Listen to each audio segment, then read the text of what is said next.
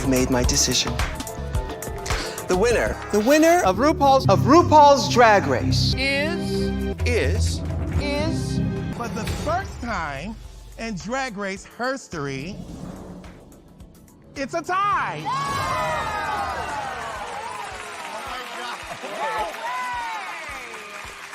Oh, Jesus. Gross.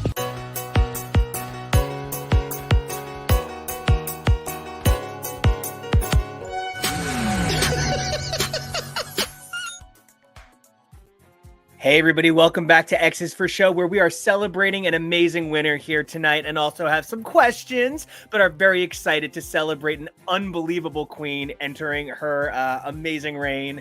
That makes us X's for Show. You can check us out on the social at X is for Show. As for me, I am Nico Action, NicoAction, and I'm celebrating this fine dandy. Hi everyone, you want to find me sipping some bubble tea? You can over online places at Peak Jonah. It's P-E-A-K. And I'm TK. You can find me at TK Elemental. And I'm your producer, Kevo, and you can find me at Kevo Really. And we are here to talk a very exciting finale. Yay! I just want to get it out the way. First thing to state, congratulations to Nymphia. Hugely deserved win. Incredible queen. There is no part of her being the winner that I have any questions about. All my questions are sort of like, how is Sapphira a finalist, and also Miss Congeniality? This is not a Sandra Bullock movie, so I'm not sure where that's the title, right? But it's all happening. I'm super stoked about Nymphia. Same. I love her very much. I was really, just gung-ho about her from the get-go. She's such an amazing queen. She gave so many great looks. She's really funny. She's really talented. I think she had some tough challenges in the middle just with things that she faced. But that finale, man, I mean, she really reminded you what a force she was. Both, because this was not the most competitive finale they've ever done. They just did one lip sync at the end where, like, before we've had multiple rounds. And so this time around, the interview, it's also because there was no reunion, the interview really mattered. Sister, I love you very much, but Jane, your interview maybe left a couple things on the table. Sapphira and Nymphia had these really wonderful, heartfelt interviews. And Jane's was really fun, but maybe I felt like I've never actually seen Jane's heart except for that one moment that I personally have questions about. So Nymphia gave a really great interview, and then just that lip sync. I have questions about in a good way. Yeah, but about just strategy. So good. So much performance, so much energy. And I think really that was where I felt like, hell yeah, whoever wins, it's a great day. I think that's something we've been saying all season, really, which is, those are our top contenders. We're really happy to see either of them win. But I think a lot of what you're saying really underscores something I was feeling as well, which is really just the production and the way that it was presented that I feel throws us off a little bit by how everything shook out, And I do want to get into that more. I wanted to I'm so glad that we're talking about how much we love Nymphia first. Nymphia all the way. I don't for a second, just putting it all out on the table, there are already people that are, complaining about this win, talking about why it's not right. And of course, I was very much Team Sapphira, but in that way that just I wasn't not Team Nymphia. Right. Just sort of, I thought based on certain elements, my money was on, I was placing a bet that I thought the likelihood was more Sapphira, but it wasn't in any way that I thought that it was that one deserved it and one didn't. And it's really the ugliest thing about Drag Race fandom is that people can't just move on from it without saying something. All of that said, after we take some time just to talk about what a queen Nymphia is, I do want to kind of admonish production for making some decisions, and question production for making some decisions that I don't think left everybody equipped to fully embrace Nymphia the way I wanted everybody to be able to. I really agree. Jonah, what are you thinking? So, one, congratulations to our queen, Nymphia. Yeah, number one. Number one. I, like many people, I was drawn to her and attracted to her, this interesting magnetic quality that I think she really carries in terms of who she is as a performer and a person. I'm really excited to see what she has a lot of big shoes to fill. We see her mother, goddess, everything standing right next to her in her step down, which is phenomenal. I am really excited to see what her, not that I'm want to fast forward to season 17, but there are a couple of things that I was really excited to see what they're going to do for this upcoming season. No exception to that. And to what you were saying, okay, I think a lot of people were Team Sapphira in the way that people were Team Sasha Colby last season. From the get-go, I think people just kind of understood she has to make it to the finale. She really has the winner energy. She's giving everything that they're looking for. The talent, the charisma, uniqueness, jargon talent is off the charts. So everybody was kind of like, we're going to buy in. We're already there. And even throughout the season, we saw how much of a winner she really is. And I don't think there's any, I think the best way to go about it is send your love to Sapphira. You don't have to tear down Nymphia's win. You don't have to say anything negative to Right. Nymphia to show that you love Sapphira. And you can even be like, damn, I wanted Sapphira to win. Yeah. I promise everybody, Sapphira is going to be just fine. I also promise you Sapphira wanted Sapphira to win as well. Yeah. I want to just kind of dial in a little bit on what we're talking about here with the idea of this finale is a little interesting because something I said to Jonah that I was thinking about was, because we haven't said her name really, and let's just put the aeronautic spacecraft in play. These songs were written for these girls, right? Like, we're not meant to believe that these girls went home and were like, I have a song inside my heart like it's Brooklyn the musical, right? So these girls had these songs written for them. I also want to just double check. Nobody up in this business is Twyla Tharp, so I'm going to assume that they did not write all their own choreo. So these songs were written for them. This choreo was written for them. They kind of told Plain Jane she wasn't going to win. I really think her song lacked the magic I know the production team can put into a song. And we stand Chrissy. We love I was our gonna bimbo. say, first off, we gotta shout out Chrissy Chapeka, who I think is about to hit. I think, and is an incredible songwriter. Chapel Rowan has got the next maybe 2 years on lock, and then Chrissy's next in line after that. I think she's such an amazing person. She is somebody who just kept showing up on my TikTok, and I kept rolling my eyes until I really watched them all and realized that she is the smartest bimbo in the world. She's actually an incredible songwriter. The music that she's done. The first time I heard this song, again, I was just like, not this TikTok girl doing music, but each one is better than the next. They're really fun. This feels like something that she was like, this is like a Nico moment where I know this girl writes 1,000 songs and they're all better than what like people spend their whole lives trying to write. But I think this was like her, I found this in the back of my closet. Like, this is just some... This bodysuit in the back of my closet. Yeah. And so, like, on the one hand, I was super stoked because I don't think it's very common. As soon as I said something in our group chat, I went and looked on Twitter. Everybody recognized immediately that it was a Chrissy song, awesome. Which never happens for the girls who make these tracks. So that was really neat. And given all of that hype, I am shocked that they picked a song that is essentially like, I only have one look. That's not a great sign for this part of the competition. I think the other, because you're right, you're really hitting on, like, they didn't celebrate Jane. And it's sort of like something that I've tried to find a way to talk about. And I guess there are no songwriters we could throw dead on the stage like butterflies to remind us to not aim so high sometimes. But last season, we had 3 girls do their own vocals on songs that were literally their whole presence in a great way. This season, Jane didn't do her own vocals. Sapphira is a literal vocalist. But I think something I did read online a lot last year was people felt that Anitra making it when she was the only one who didn't do her own vocals and the song itself was maybe not as powerful a statement as some of the others. I think they couldn't afford letting Sapphira sing because it would have put her in an awkward position to win.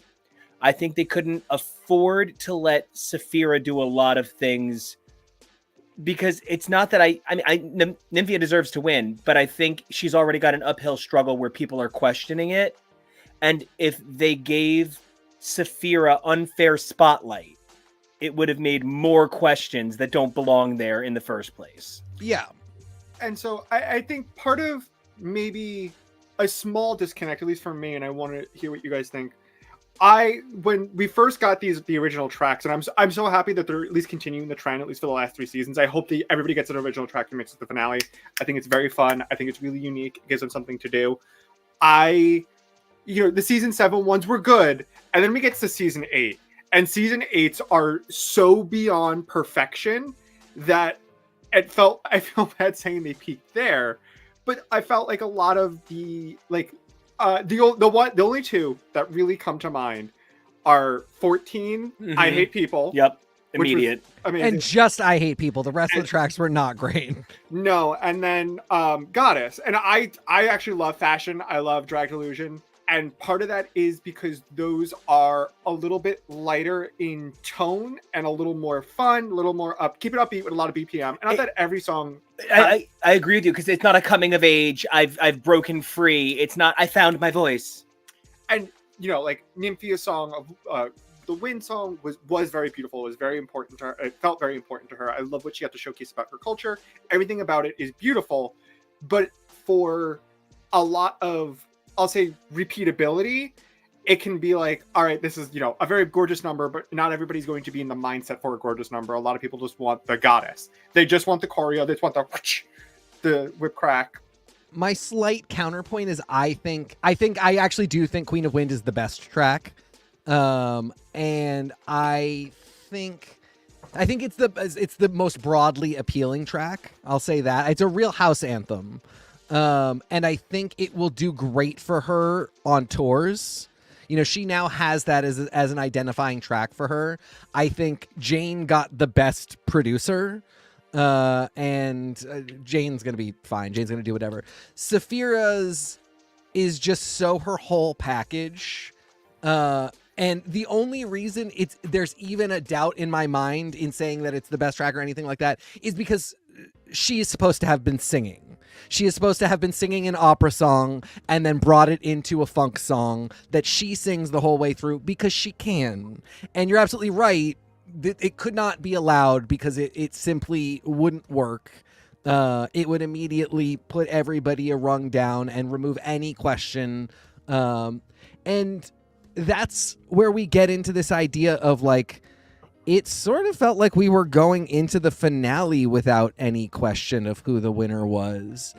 And I don't feel that is a failing of Jane or of Plain or Nymphia. I feel production. The right hand didn't know what the left hand was doing this whole time, and I'm not sure if that's production and editing.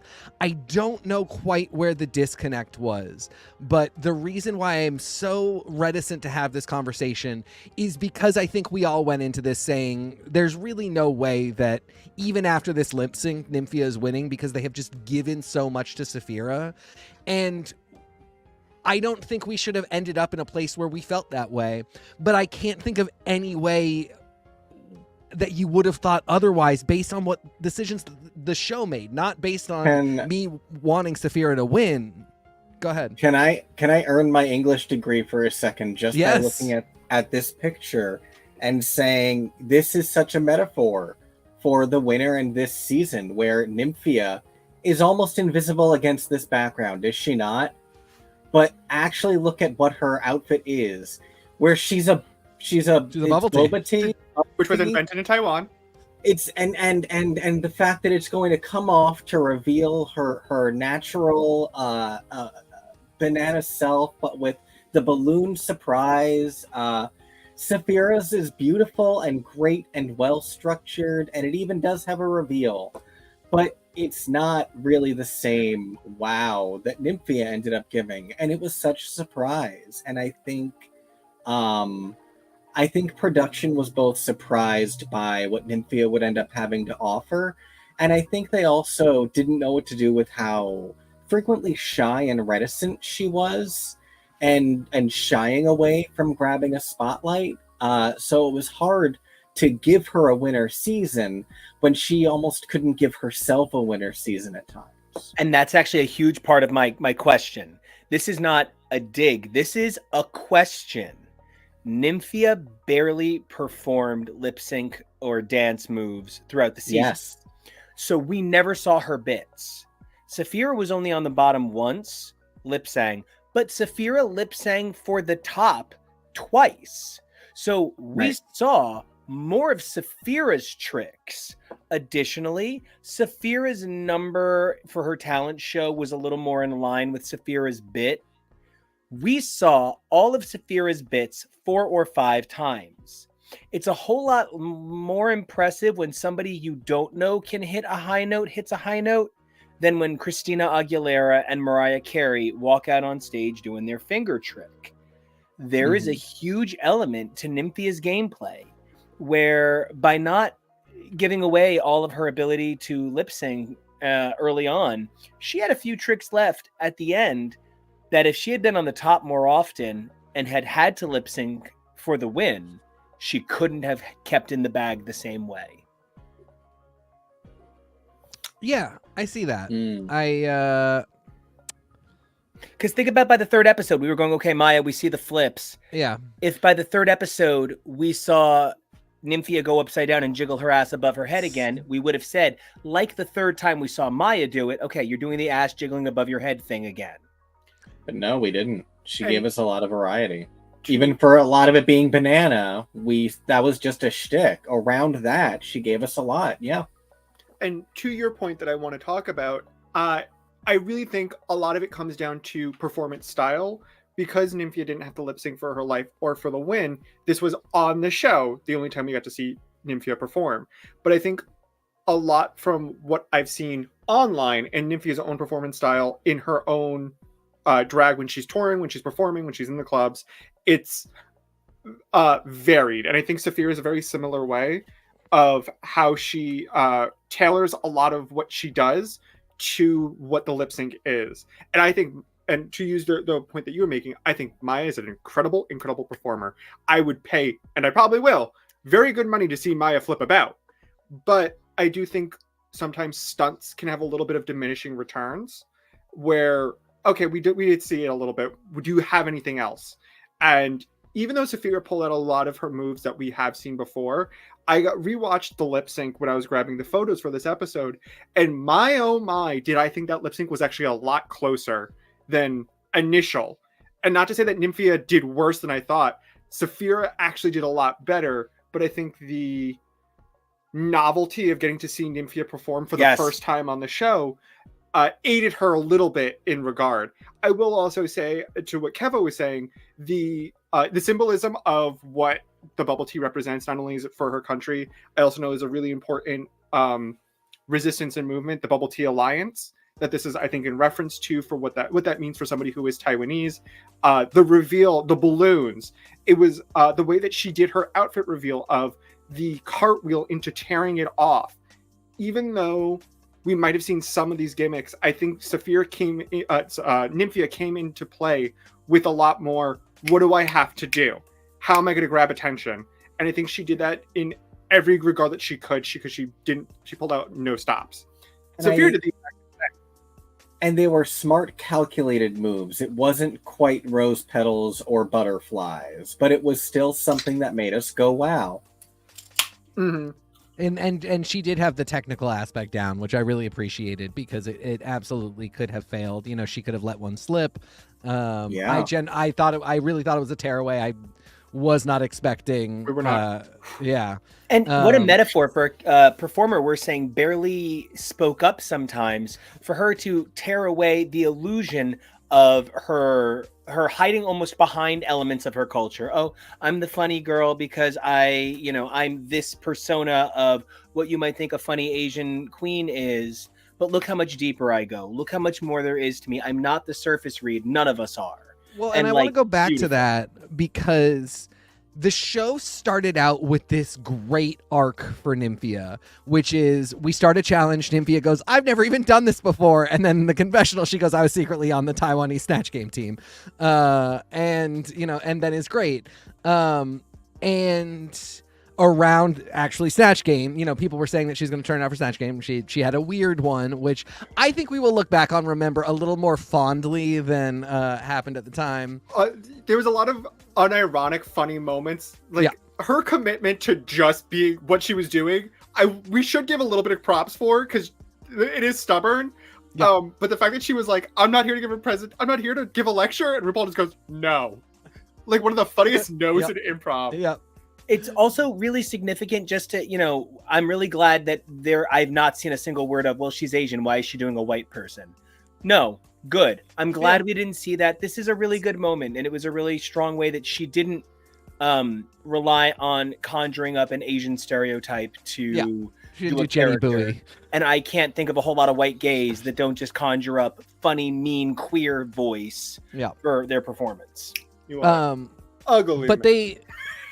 But they did lose their work on her narrative around here.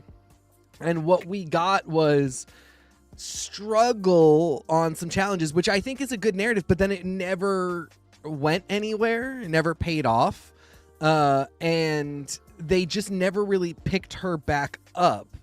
And so when we got to the very end, by the time we got rid of Q and there was just the 3 girls left, she has a great episode with the book challenge. And I think we are reminded also, sometimes I wish the show would talk out with its audience what's going on. Hey guys, I'm Drag Race. It's great to have a conversation with you. Well, I just mean this season was very design challenge heavy.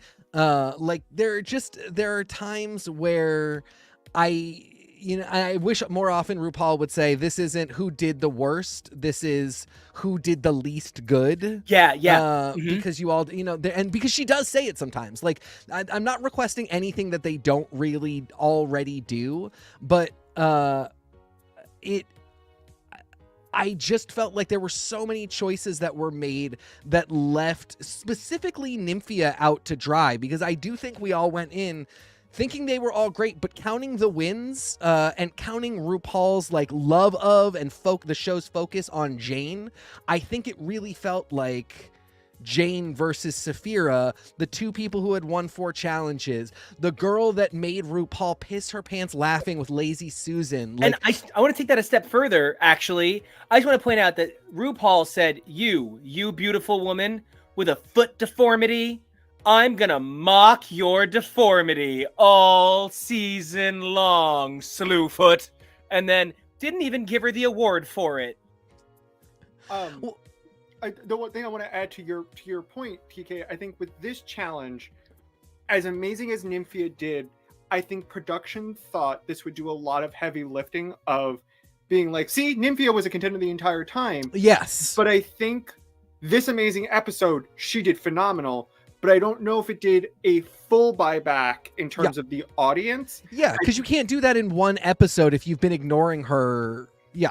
If the bridge is 10 seconds long, it can't be the best part of the song. It should have started in the makeover. I think they should have praised her more, because I thought she did a lot better than they were trying to give her credit for. Fully agree. Even just ignoring the TS comment, which she had her right to say that comment, whatever it was. I felt like if they gave more praise because she did a lot better, and then have this episode, I think we as the audience can understand, no, Nymphia really is a contender. Yeah. But they thought from just this episode we would get that, and I don't know, I agree, I don't know if this episode did enough in the audience perspective. Yeah, we were not prepared. Again, I go to the fact, I don't know a single person that didn't think that Sapphira was going to win. Didn't want to. I actually knew a lot of people who thought Sapphira was going to win who wanted Jane to win. So it's like that. I mean, it's those types of games. I had a lot of people that were like, because, I've been very vocal about Team Sapphira. I had a lot of people like, she's going to win. I'm Team Nymphia, but I obviously know Sapphira's going to win. Yeah, like, and it was so set up, which then to get into this, it's such a weird moment to take us into the final lip sync that Sapphira won Miss Congeniality. And I can completely understand why, because if you watch that season, Sapphira is the nicest person. What we know now is on the planet Earth, 100%. What we know now is that the queens pick Miss Congeniality because the audience after Valentina can no longer be trusted to do it. Actually, after season 10, when the voting got hacked, and well, we will leave it there. We don't have to talk about it. That they were like, oh, maybe we should just have the queens vote. Yeah, because they know who are actually there. Yeah, because they know who was the most congenial. It has never been a winner before. We have never been told explicitly that it cannot be. We do not know what the rules are there, but it never has been before, and that's weird because some of the girls that have won were probably the nicest of their season. I mean, there's no better example than 15. Sasha Colby is, they literally all openly said that is mama. Yeah, and Malaysia was not a particularly nice queen. I don't know what happened with their voting. Maybe still such a Malaysia stan. But... I love Malaysia. I think she's really fun, but she was not nice. She got in fights with everybody. Yes, she did. And who needs the money queen, I guess. So the only thing that we had to go off of is, and this is only because it was in an Untucked video years ago in season 10 when they did the voting. Nobody picked anybody in the top 4, and even prior to that, none of the finalists were ever. I don't know if they were included in the voting because it's been a while since fans got to really vote on stuff. But there was this assumption of, okay, if you make it to the finale and you're a contender for the crown, you can't be. You're not right. You wouldn't be Miss Congeniality, and they know that they have 15 seasons plus other shows worth of this. And so, for one thing, that it's a tie, never happened before, kind of a big thing. Two, that it's one of the winners. I really thought it would have made sense for one of the queens from the season to get up and say, I know that we don't usually do ties, and I know that we don't usually vote a contender for Miss Congeniality. Sapphira was so gracious to all of us. You saw this season how she helped all of us. We simply had to acknowledge that in some capacity. And then Ru would come and say, this changes nothing about the finale, but we wanted to honor what our girl said. And just some kind of expectation setting. This again goes back to what I was saying before, where Ru really needs to say more. Yes. I'm not saying somebody did the worst. I'm saying you can't all have won this challenge, so we have to pick one person that did slightly less good than everybody else. And if they would do these things, it would leave audience expectation in a place where right before we're supposed to go into the most important moment in the show, we're not all head scratching a little bit. And then when Sapphira didn't win, it was like, would she have won if she didn't win Miss Congeniality and then that was too much? Which I don't want for Nymphia. I don't want anybody saying Sapphira was supposed to win, but then Sapphira got Miss Congeniality, so they had to give it to Nymphia. So her win isn't real. And I want to jump on this because I have a specific feeling, and it's nothing negative. It's very positive. But the work Nymphia has to do in a world that still doesn't understand how to align the actual identity of the Asian people with the American audience, Nymphia has cultural work to do in a way that no Drag Race winner has had to do. Right. She's not going to spend a lot of time on Drag Race stuff. I really don't think. I just don't think. And part of what that makes me think of is it doesn't take a lot of time on the Drag Race Reddit to find how many people are like, why the fuck is Brooklyn the host of Canada? She's not a winner.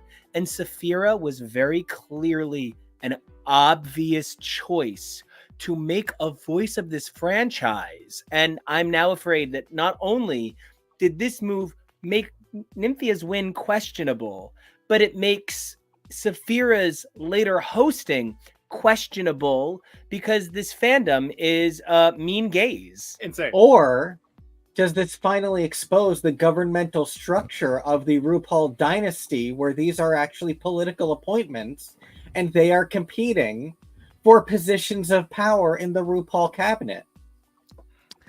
I've never wanted a job in more in my life. Mama, I'm right here. The cabinet? Yeah, excuse the cabinet. I would like to be the vice minister of song. I'll do whatever Leland says. Right? That's the one we're doing now, Leland. No, I think we're between people right now. It's kind of Skeletal Key, who does a lot of her music. Anyway, it's you now. That's what it is. Yeah, it's you now. Hey, Mama. It's also, it's you're right, because it's things like Courtney Act fell so far out of favor that she's not anywhere near down under. And neither is Vanity Fair, for that matter. Who literally make wigs for RuPaul. And how Vanity unfair.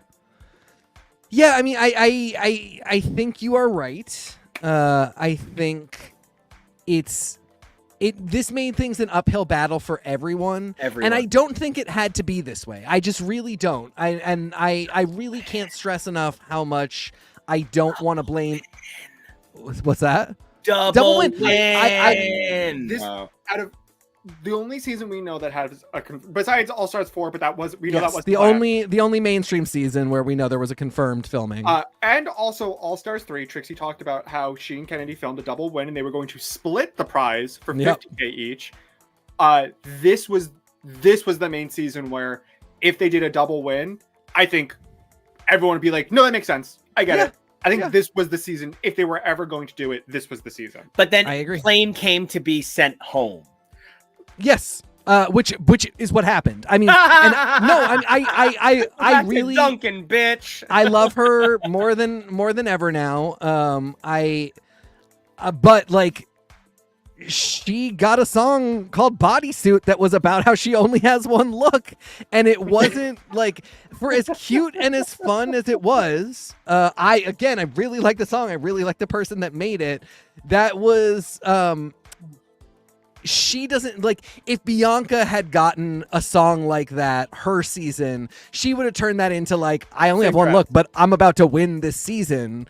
This was kind of a joke at Jane's expense that she was made to perform a little bit. Like, I know, because it's a bad bitch song, it's very cunty. She did it really well, but then she's the only person that even got a slightly negative critique, which was Michelle saying, I would have liked you to do more bodysuits, which I actually agree with. I mean, you're right. It's logistically difficult, but there could have been a gag. I also think Plane's choreo was the most, oh my god, burger finger scare. Plane's choreo was very different comparative to what Nymphia and Sapphira got. Yeah. That I wish, not that I am like, Plane has to be given, 5, 6, 7, 8, everything, and do all this stuff, everything that the other queens were doing. But I wish they gave her just a little more, because it felt like her choreo was a little bit pared back comparatively. Yeah. And I don't want that for her. I want her to, even if she's not as strong as a dancer as the other two, give her things that she can do. Make hers more special. Find the comedy. Find the whatever they can. And she's a Jacques girl. I don't think she is bad at choreo. Like she might not. Yeah, like I think she would have been fine. I don't know what the simplification was about. I don't know if it was like a dancers and timing thing, but it did feel a little bit just like, yeah, I mean, honestly, Nico, it did feel like she was brought here. It did feel like she was brought in with production knowing she was not going to be in the final two. But there's only a month between. So one of the things that really strikes my concern and interest and question mark status is like when I think about like the nightmare that was the attacker in her season, who had to be removed from her finale, she who shall not be named, because evidently she trolls YouTube. I sort of like, was grateful that RuPaul is a nightmare monster who really wants to control everything within an inch of her sanity. Hi, as a fellow nightmare monster who needs to control everything, I understand. But do you think the Jane response could have, because I mean, I've been in some areas where people are like, no, literally plain Jane should never have been on the show. And like, do you think that the Jane response, who I think they're wrong. I think Jane, you know, unless we hear something else, Jane belongs on the show. She's an incredibly talented queen. Maybe she says unsavory things, but don't we all? Also, like queens that we all love who put on amazing shows, who queens like to work with because they bring in money, queens will also tell you are horrible. Alyssa Edwards. No, I literally, no. Well, listen, it took me TK. so long. Jealousy is a killer in this industry. No, but I mean, like, it's true. Like, I love Alyssa. If I see Alyssa on a thing, I want to get to it. I know that people dread going on tour with Alyssa and yet are very excited because it means that somebody else is doing a bunch of lifting to get people there. But then she almost came to blows with multiple queens throughout her tour time. So it's a mixed bag. And Jane is going to be a figure that I think people will be really excited to see because she's cunty and gorgeous and funny. But I imagine she's not always going to be the easiest person to work with on tour. And that's just drag queens. When I need a vacation, I book a tour with Lauryn Hill so I know I won't have to do anything for several weeks. That's exactly it. To what you guys are saying, I think you hit the nail on the head earlier. To bridge the two things, as we know, there was only a month between the filming of the final episode and the Lip Sync SmackDown and the reunion. So it's not like there was the fan vote. There wasn't any internet. They had no idea how anybody would react. They have ideas, and they can usually kind of gauge, and they'll try to push certain people who they want to have a more positive light as compared to a little bit more of a negative light to drum up whatever kind of whatever. But this is a show. You're giving them freedom to do with your image as you like. But I think what you said earlier, TK, I do think this is a case where the interview portion actually mattered. Like it was an actual pageant. The RuPaul was trying to get, this was Plain's chance and final chance to give an emotional moment and kind of just to let the barrier down just a little and let people in. And she still didn't do that. Yep. Whereas Nymphia and also by extension Sapphira had very heartwarming moments, as you said before, that I think that's where it led to that top two. Not that I don't think Plain didn't deserve it before that. I don't know if I thought that she was going to win. I actually could have seen Plain in the top two. Me too. But I really think they see somebody who makes amazing, excellent TV. Another person that goes into it, the amazing, excellent TV. They want her back for an all-star. Yeah, exactly. Well, now, I actually want to ask a question about that, if that's cool. And I want your response first. I'm going to say something real dramatic. I don't wish anyone had done worse. That's part of our show. And that is like part of why we're proud that, like, friend of Straight to DVD, where I got to make my drag debut, Megami, getting to stand in those giant heels of excellence made me feel incredible. Yeah. So there is not a queen I'm going to hear slander about in this entire season. No one should have done worse. But honestly, I really wish Mirage came in 5th. And I really, it's the weirdest thing, but the more I think about this season, I fucking wish Morphine was in this top 3 finale.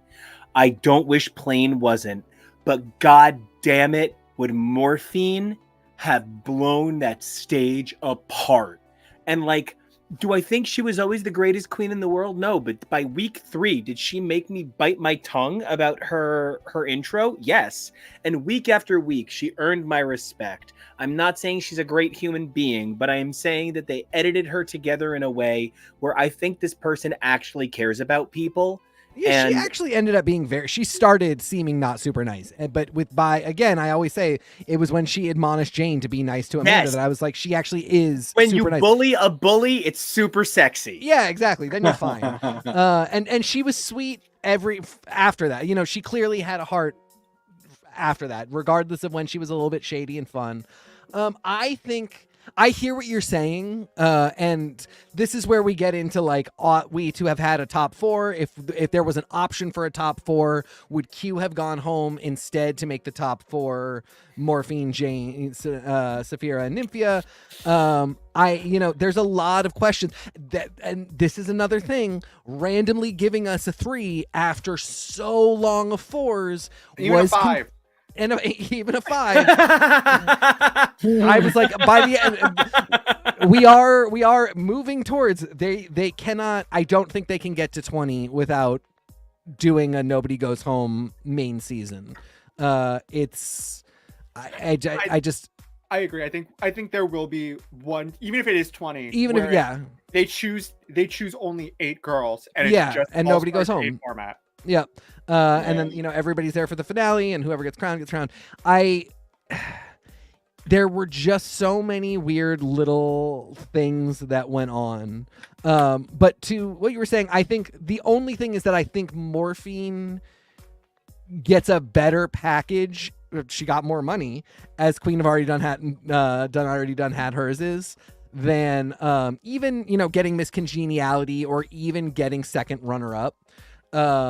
So Morphine won in her own way. She got that kind of enhanced show sponsored version of those queens that go home earlier than we think they ought to. Alyssa, Ben de la Creme, and Katya. So ultimately I'm sort of okay with where she ended up. But she's another one that I'm just eyeing in this puzzle of trying to figure out. Like, and now I really want to sit down and like cross-reference all of the producers, because there has been some kind of shift in thinking about what should be done with this show in this season. And I think we may look back on it and see a lot of these things executed better, or lessons learned that change future seasons in a way that makes them better. But if we don't, I need an investigation. I need to know what's going on here, because a lot of things were done differently. A lot of things were changed, even down to this like finale situation. We're back to this crowd was the same size as the original time they did a live theater finale, where it was just like, you look at the season 4 finale compared to like the season 9 finale, and like by season 9 the crowd is just so enormous that when Sasha does the reveal, it is dozens, hundreds of people screaming at this moment that they weren't expecting. And then we get Nymphia doing what in that theater I think would have had that same response, but in this one it's a little bit muted because it's ultimately just not that many people. And this is all for security concerns, I guess. But they still filmed multiple finales, so we're still doing the same thing. And I just have so many questions that I got to get to the bottom of. I don't want to we don't talk about it too much. Congratulations to Cassandra Peters, also known as Elvira, for the award. Yes, it was a little slow in the middle, but you know, congratulations to her. I will say I do appreciate that didn't make me think that she was dead like they did with Bob Mackie. Yep. Because a lot of people really thought Bob Mackie died. Yep. And that's what they were awarding him, and then he came out on stage. I was like, oh no, okay, no, he's still with us, we're good. Yeah. There was just a lot of weird things. But talking about reactions, Kevo, can you pull up the queen, that one image of her? They got this shot of these 3 icons when Sasha Colby walked down her step down look. She is all of us. I don't know who she is. That's my sister. All 3 to different degrees have amazing reactions. Yeah. I love all of them. The middle one looks like she wants to eat her. Yes. Yeah. Well, like, she's very turned on. If we're gonna be turned on by Sasha Colby for a minute, we gotta. I do want to say this was sort of like when Rihanna came back and did that song for Black Panther 2.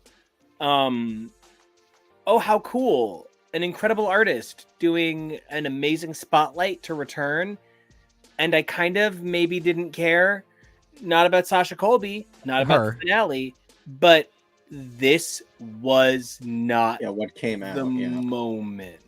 Yeah, I would not have chosen her as the song. This is where we then get into like. I mean, I sat there singing every word. She wanted Body, but we already did that. Right, one. but yeah, we can't do that one. This is where we get into like. This is like it's this Teen Mom and Ridiculousness. These are the only shows that MTV produces. Viacom has money. Sure. Thank you. Viacom has money. Padam, great song, great track for the community. A little old now, even. Like for the one song for the finale, I would have gotten, Her has to be the cheapest Megan Thee Stallion song you can get. It has to have been like we'll throw in, we're gonna give you body and we'll throw in her for 50% cost. And I just would have spent the money on better tracks, on a much newer track for the final lip sync, or a more classic track. or something like just completely iconic that transcends time and space. And then Sasha, I don't know, that's another thing. Like maybe she really wanted to do her and it's just maybe kind of like not the best choice, but I would have loved to have seen her do something that reflects what a goddess she is, and that sort of, because she had that moment, it was her stage for that moment. Violet Chachki came on one year and stole away the glory of winning by looking the best anybody has ever looked on RuPaul's Drag Race in the history of the show. So like I feel like when hold on, I have to transform my outfit as I'm walking. I feel like when they just give you the chance to, do one number on your own, you should get to just pick the number that is going to make you look the best. And like you are the star of the show for that time. And she got just like a really good song that she was super hot to. But then she came out in this look, so at least, she did get a moment. But Jonah had a moment and had a note that made me go, oh, because you know who owns Goddess? You know who owns It's Giving Fashion? You know who owns Drag Delusion? You know who owns whatever song they made Anitra lip sync to? Lotus. No, Lotus. That's not what it's called. It's called Forgettable. But do you know who would have owned whatever performance Sasha Colby gave this episode? So maybe it's better that Sapphira didn't waste her vocal talents on a songwriter that isn't me. Sapphira, mama, I will highlight every note you can hit. So I feel in some ways like maybe Sasha Colby said they're given nothing, so they're getting nothing. Yeah, but I'm even saying like they should have paid for a better track that's just a better track to lip sync to. I like, what even is a good song that's been in the past? Jonah, come on. You're I mean, yeah, actually, sure. Like, let's take that as an example. You know what? She had danced to Cameo's Word Up, even like. I mean, but yeah, like a classic Janet, like Escapade. Yeah, something. Black Cat. Thank you. Her in a cat suit doing Black Cat. Rope Thank burn. you. Rope burn. Fantastic With examples. the hair. Yeah, I don't know. My expectation was not that she would do an original, because I fully agree. Don't give them nothing. I mean, that's why they probably didn't sing in their own tracks. Well, that too. I get. But I do, because Plain Jane probably sings like. I was gonna say, I do think it has more to do with the fact that 2 out of 3 of them just could not have measured up at all.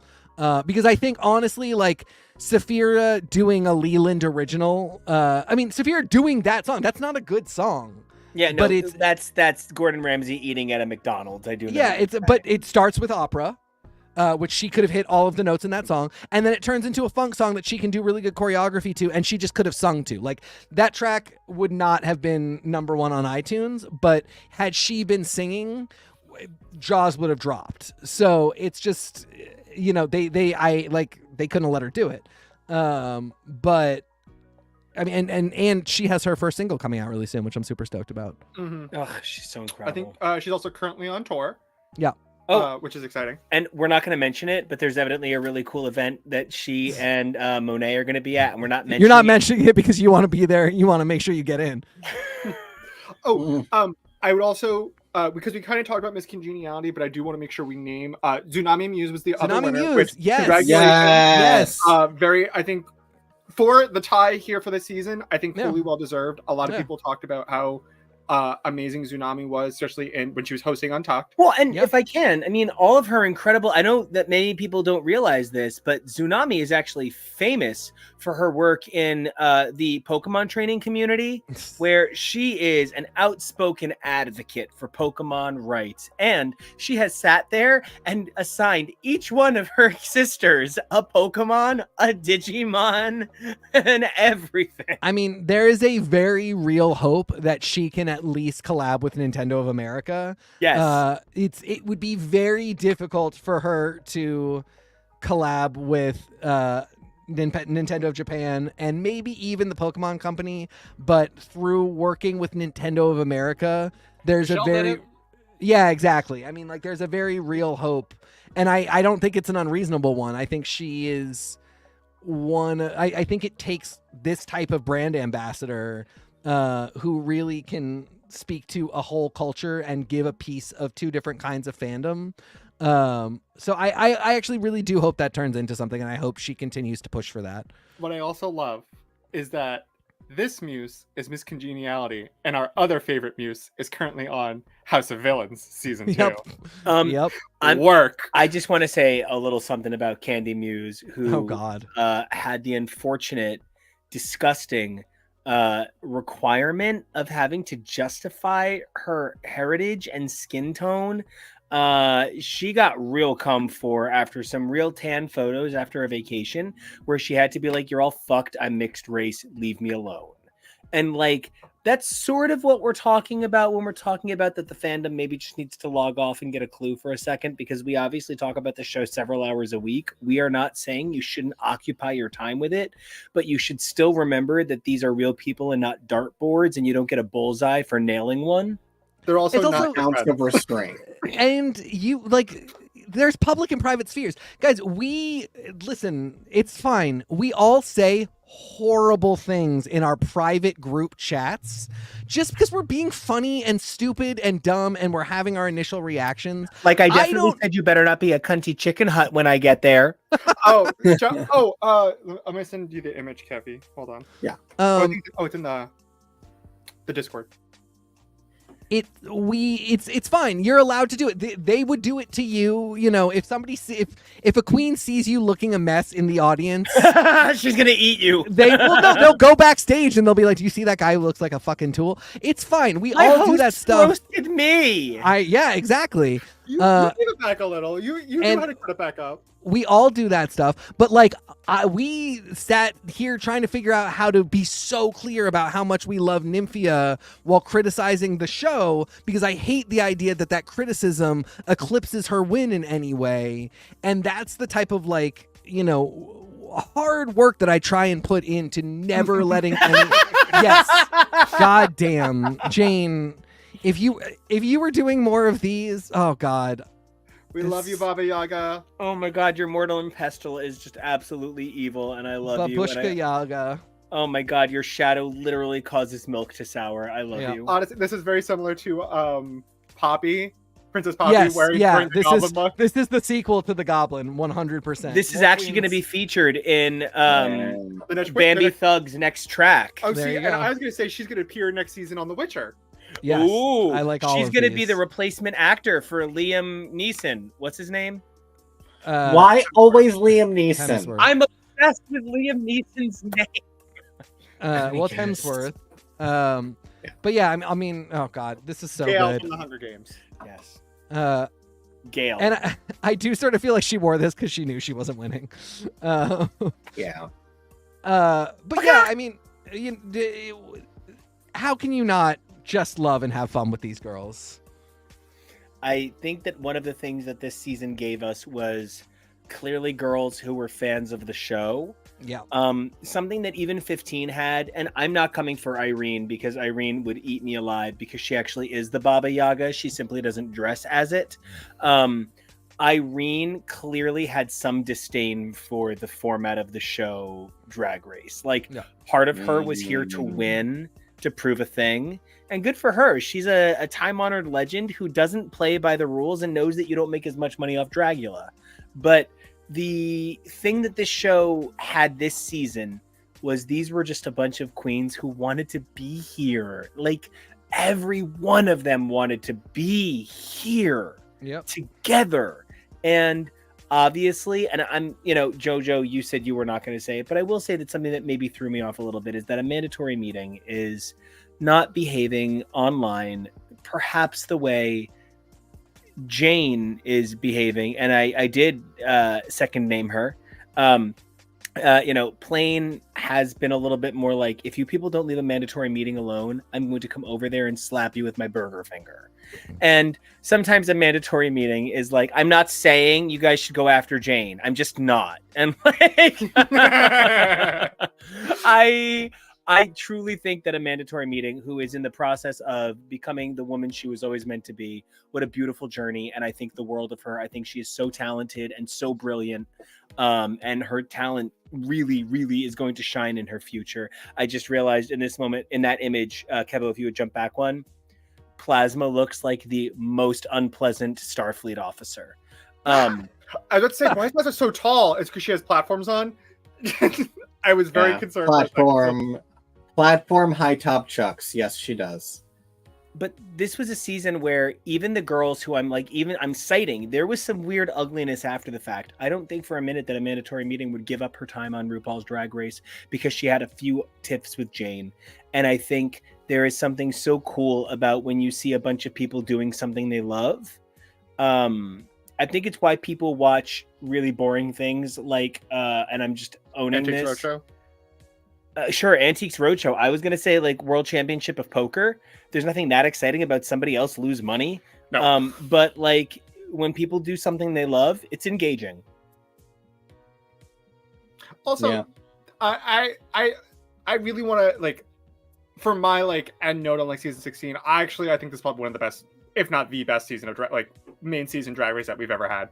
We have to give it up. You're saying that knowing that Megami is wearing socks and sandals in this image, like a shoebie. Listen, it's very New York. No, it is. It truly is. It's very New York. And I listen. She lives. Her parents live on Staten Island. But it's very Staten Island putting out the garbage. Staten Island. Yeah. I claim her right back as the arbiter of Staten Island, I guess.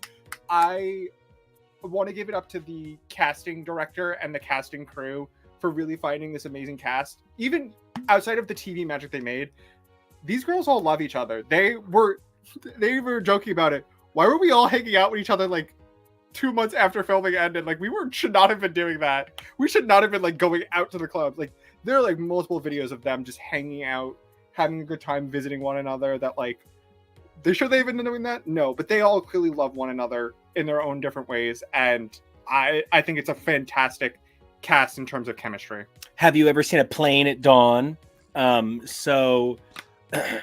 mean, I really agree. This is to me, in some ways, I hate to say it, but it feels a little bit like a repeat of season 7. Except now for me, I know better because I didn't realize what gold those girls were because I was so confused by the season.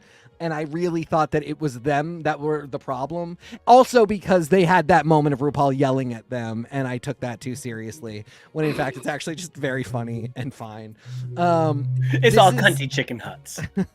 This is the same thing where like for years people will be talking about the gold that this cast was. Yeah. But I do think we are going to look back and go, what the fuck was going on?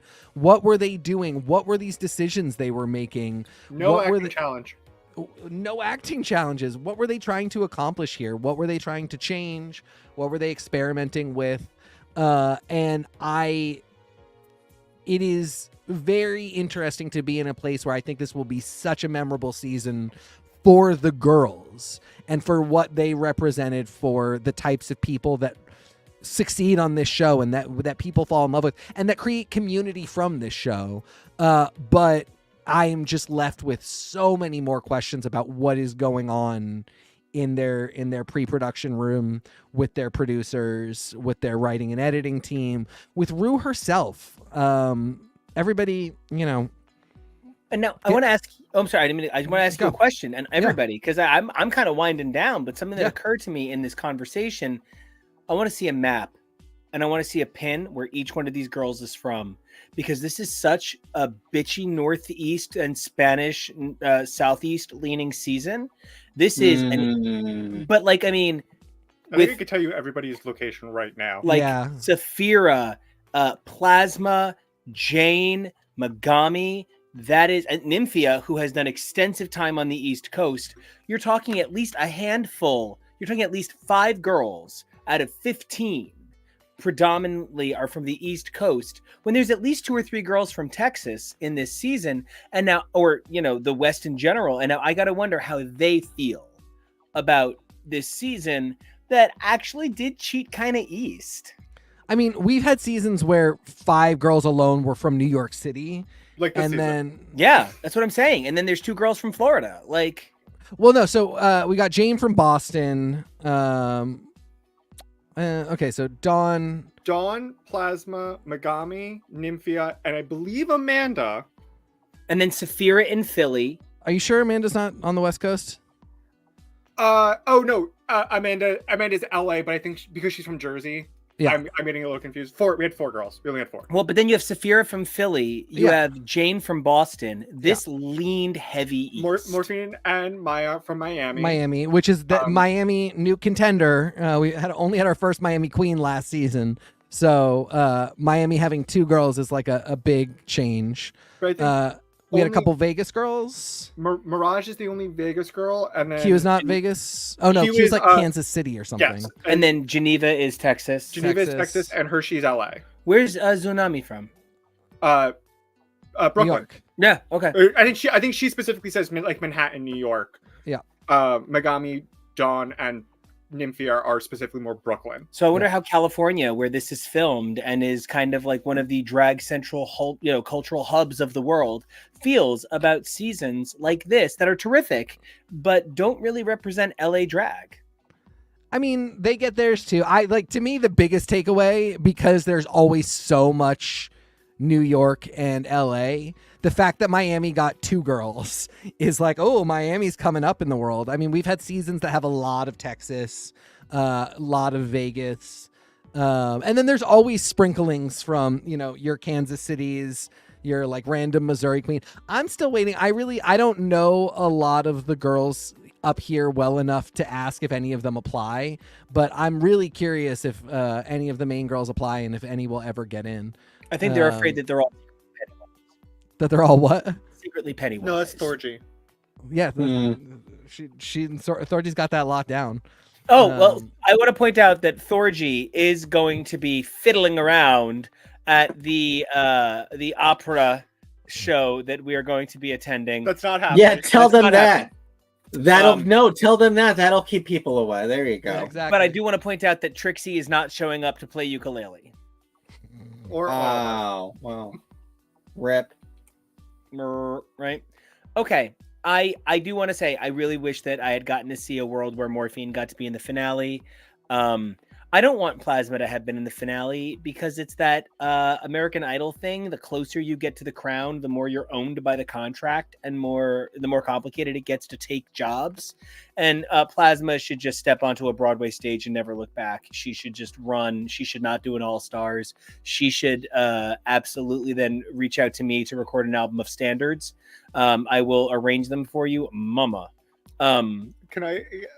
Like, I know we joke about like every season like this theater queen, like they're the Rachel Berry. No, I'm pretty sure Plasma really is just the Rachel Berry of drag. She actually ate. She ate Leah Michelle's ability to read, and that's how it happened. Oh, right, it's Leah Michelle. Oops, sorry. She can't read. She's not gonna come for me. She can't hear either. Oh, she can hear, but what's she gonna do? Bash her head into the keyboard to reply? Voice to text. Ah, now I'm in trouble. Because she has a voice. But no, yeah, truly, Plasma is Rachel Berry. And we love that for her. We do. Yeah. The child of Rachel Berry and Kurt.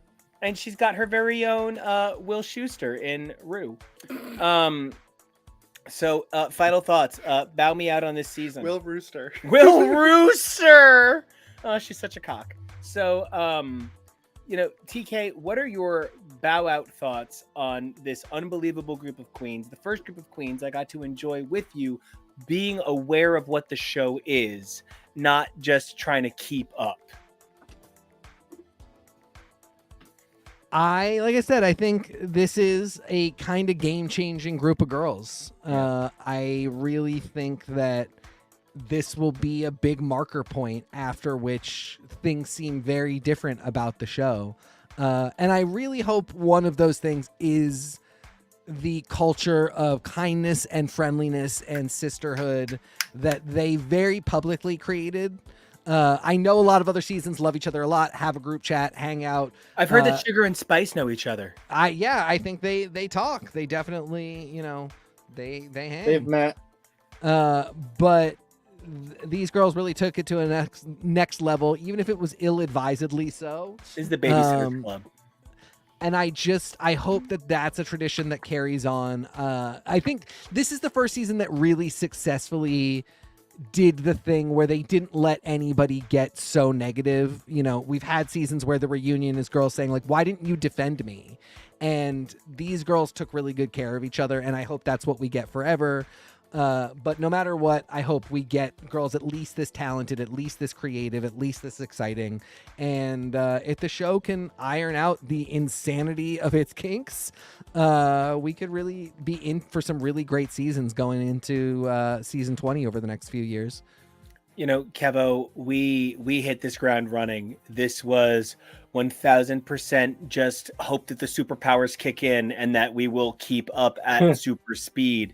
And something that I think is really beautiful is the way you've come to understand how to capture the aesthetic of these girls, what images to save. And of course, you have the world's greatest co-director in JoJo. And, the two of you have done such an unbelievable job capturing the visual identities. I mean, it's like looking at the Madonna sex book every single time we come on here. It's all I can think about is how cool the images are. So, what is your big takeaway from season 16? A season that you did a more honest job doing journalism for than Brian. Why can't I think of his last name? I almost said Wilson. Austin Green. No, Brian Williams. Brian. I made up the helicopter Williams, right? Frank Sinatra's son. More honest reporting than Frank Sinatra's son. Are we not making that joke? Got it. No, we're making that joke. Always make that joke. Well, he did it, looking like a little Exactly. scrumptious slut. I love it. It was a really interesting season. I feel like, and I don't mean this as insulting as I feel like it might come out, it was kind of a upper mid season with a really deserving, if not as expected as you might have thought, winner. I enjoyed it. I'm sort of now already sat in anticipation of next season because this sort of felt like, okay, yeah, these are queens we expected to meet the top 3. These are queens we expected to meet the top 2. Perhaps not quite the queen we expected for number 1, but one who deserved it. So, oh God, now who's going to show up next year? Wait, next year, Kevo, but I do believe you have a video ready to show everybody for something that we get to talk about well before next year. I have a video? I believe we did some coverage on All Stars Season 9, and we have yet to actually get that cast confirmed, even though we did our very own reveal. Well, we did a broadcast. We, not I. Us as a team. I've done things on my own. I go rogue. Believe me. I meant to say you rogue, but I meant to say I go rogue. You have an image ready. Oh, I've ruined everything. No, I'm so sorry. I don't know. No, the All-Star. Did you want me to show that? I didn't know. I'll go grab it. I just don't have it ready. We should react to our video, like we did for Eurovision yesterday. Loved getting let me grab to it. do this unbelievable All Stars revealed kind of guesswork at what some of the rumors are. And now next month, I think it's like May 17th. Yes, we have on Paramount Plus. Which can I just say it's so much less pressure that it's on Paramount Plus, and I don't have to sit there watching it on MTV like I'm stuck in the fucking past. It's like I'm living out the fucking plot of Frequency every time I have to turn on MTV. That's that movie where your dad is dead in the past and he can only talk to you through the radio. Contact. Yes, and they made it a TV show. So is that the one where Ashton Kutcher aborts himself in the womb? No, but that was also the first one that I thought about. I thought that was Mariah Carey's Butterfly. Yeah. Asia O'Hara's Butterfly. Oh, that's basically The Mummy. So should I do it? Should I do show them? Show them. This is Maybe. This is our guesswork. We think Could be. I mean, this is from our coverage. I do want to be clear that there are 3 of these girls that I am not even going to be remotely reasonable about in one direction or another. I'm starting there. One of them I'm going to be incredibly critical of every time she speaks. Every time.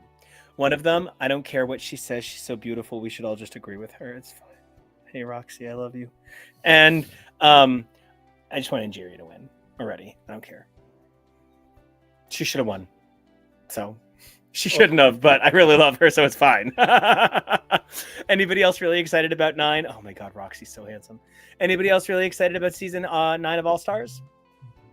Not yet, but I will be when I see my first cast announcement and little preview to know what the nonsense is, what the chicanery is. I'm the nonsense. You know it. It's me. It's Miss Angie. If it looks something like this, yes. I like the shape of this.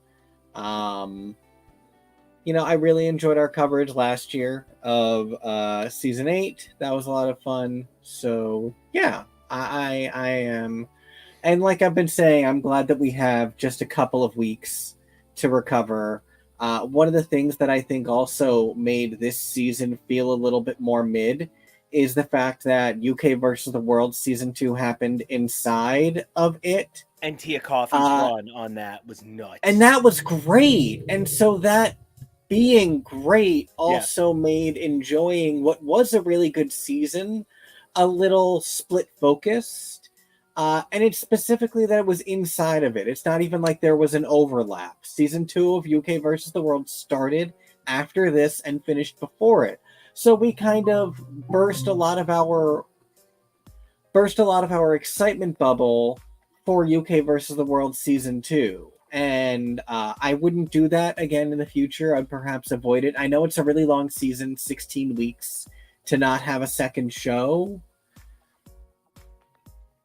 I don't have a solution off the top of my head. Sorry. What's so funny is this also happened for UK regular season 2 that appeared in the middle of Drag Race season 13. Oh my God, 13 is not a season to run against. Yeah, so I learned that lesson. Learn. Yeah. Well, I can't wait. I can't wait to come back. In part because we've got some other things to talk about. We've been talking a lot about nails, but we're going to get to talk about some knuckles. We got some other really cool stuff on the docket that we're excited about. We're excited to get back to the brilliance that is Beacon 23. We're going to be talking Star Trek. Actually, inevitably soon, we've got some Star Wars coming our way. We have the most important film ever made in the entire history of the world to talk about this year, and that is, of course, Deadpool versus Wolverine. That's what I'm calling it in my heart. I know it's but I really want to see them punch each other a few times. They will. So that was too sexual. We know what the title would be if the guy in yellow was writing it. So it is Deadpool versus Wolverine from a different point of view. As a Deadpool, I appreciate that. And as a Wolverine. As a Wolverine, bub. Bub.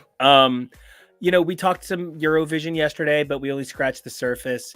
We talked some Doctor Who a couple of weeks ago, but we only scratched the surface. This is going to be a killer summer full of unbelievable media. I can't wait to talk about it because what I am is a lover of media, and the strikes were necessary to stabilize an environment that had become inhospitable to continued survival.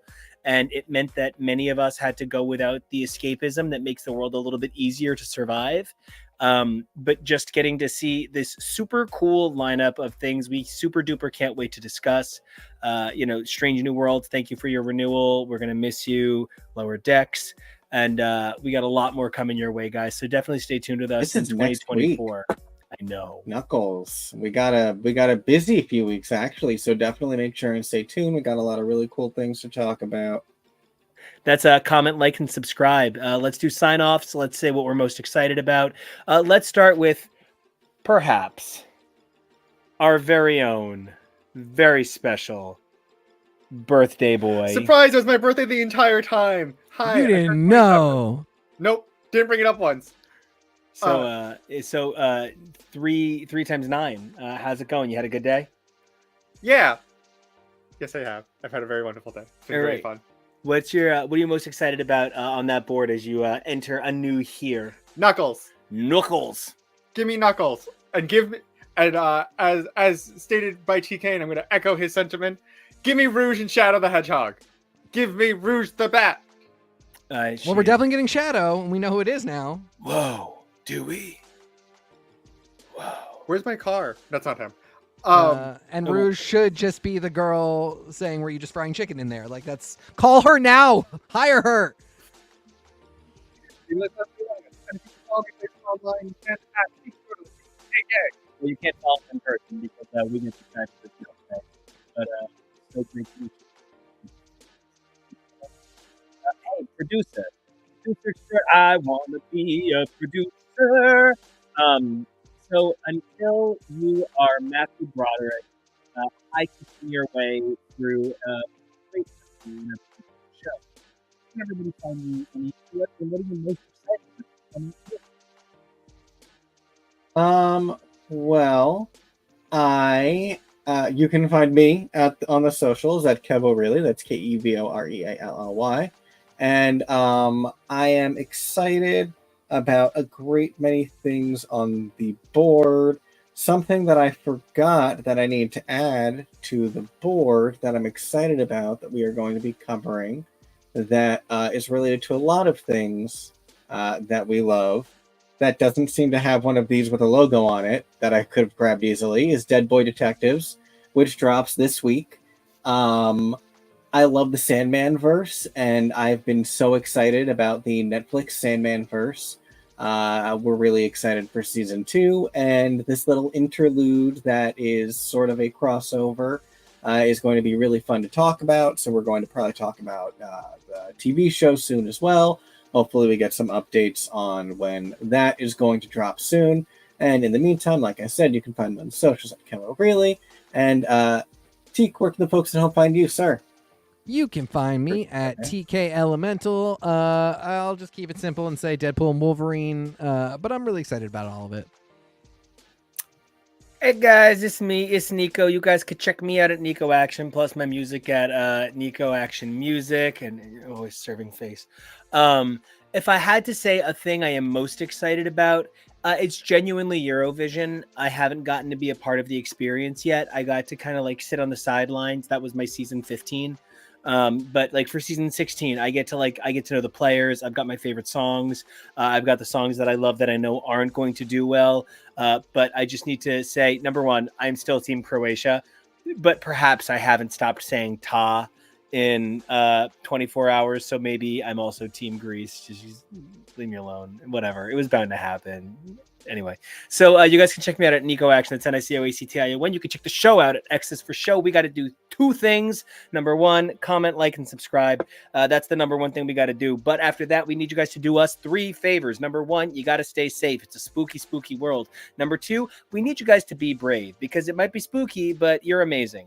Number 3, we want to see you guys evolve daily. Who you were yesterday, we love them. Who you are today, incredible. But who you are tomorrow, we can't wait to see even more. So until you get to become that person, we'll see you then.